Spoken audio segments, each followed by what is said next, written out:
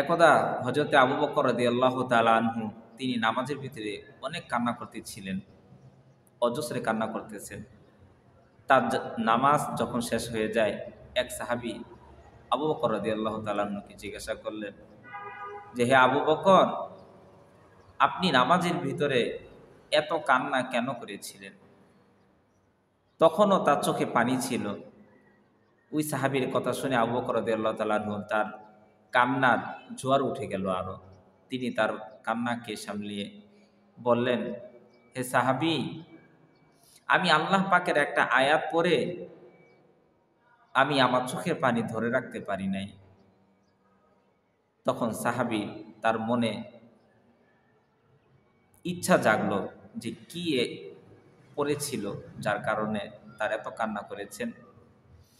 তখন আবু বকর রাদিয়াল্লাহু তাআলা আনহু তিনি বলেন যে আল্লাহ পাক বলেছেন, ইন্নাল্লাহা হাশতারা মিনাল মুমিনিনা আনফুসাহুম ওয়া আমওয়ালাহুম বিআন্না লাহুমুল জান্নাহ।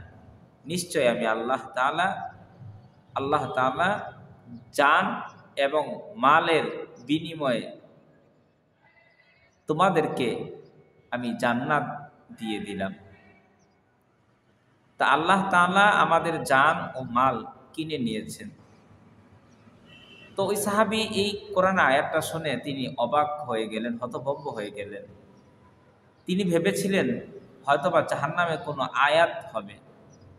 তিনি অবাক হয়ে আবু বকর রাদিয়াল্লাহু তাআলা আনহুকে বললেন যে, আবু বকর, এ তো খুশির সংবাদ যে আল্লাহ তাআলা আমাদের আমাদের জান ও মাল কিনে নিয়ে তিনি আমাদেরকে জান্নাত দিয়ে দিয়েছেন।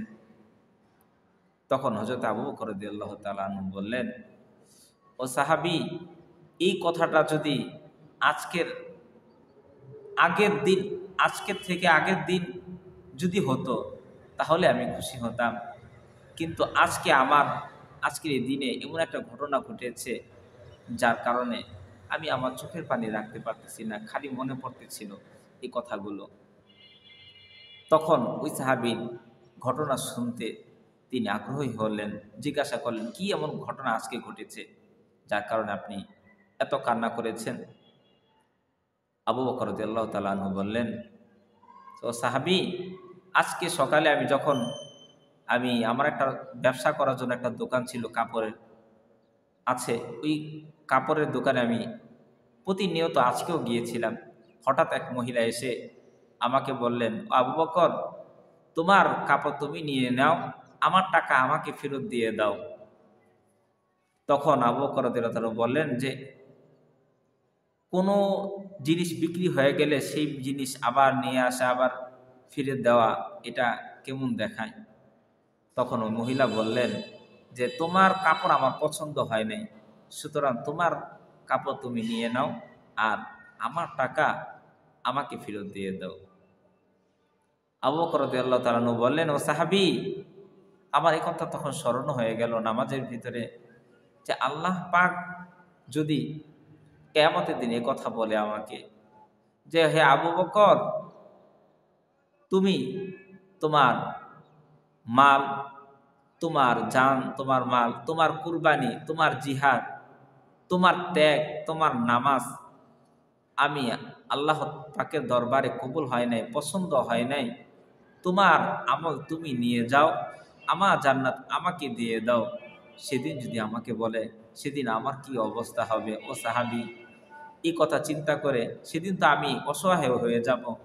সেদিন আমি আমার আর কোনো পথ থাকবে না। এই কথা চিন্তা করে আমি আমার চোখে পানি রাখতে পারি নাই। সুতরাং দুনিয়ার জিন্দেগি থেকে আখিরাতের জিন্দেগি, পরকালের জিন্দেগি অনেক সুন্দর।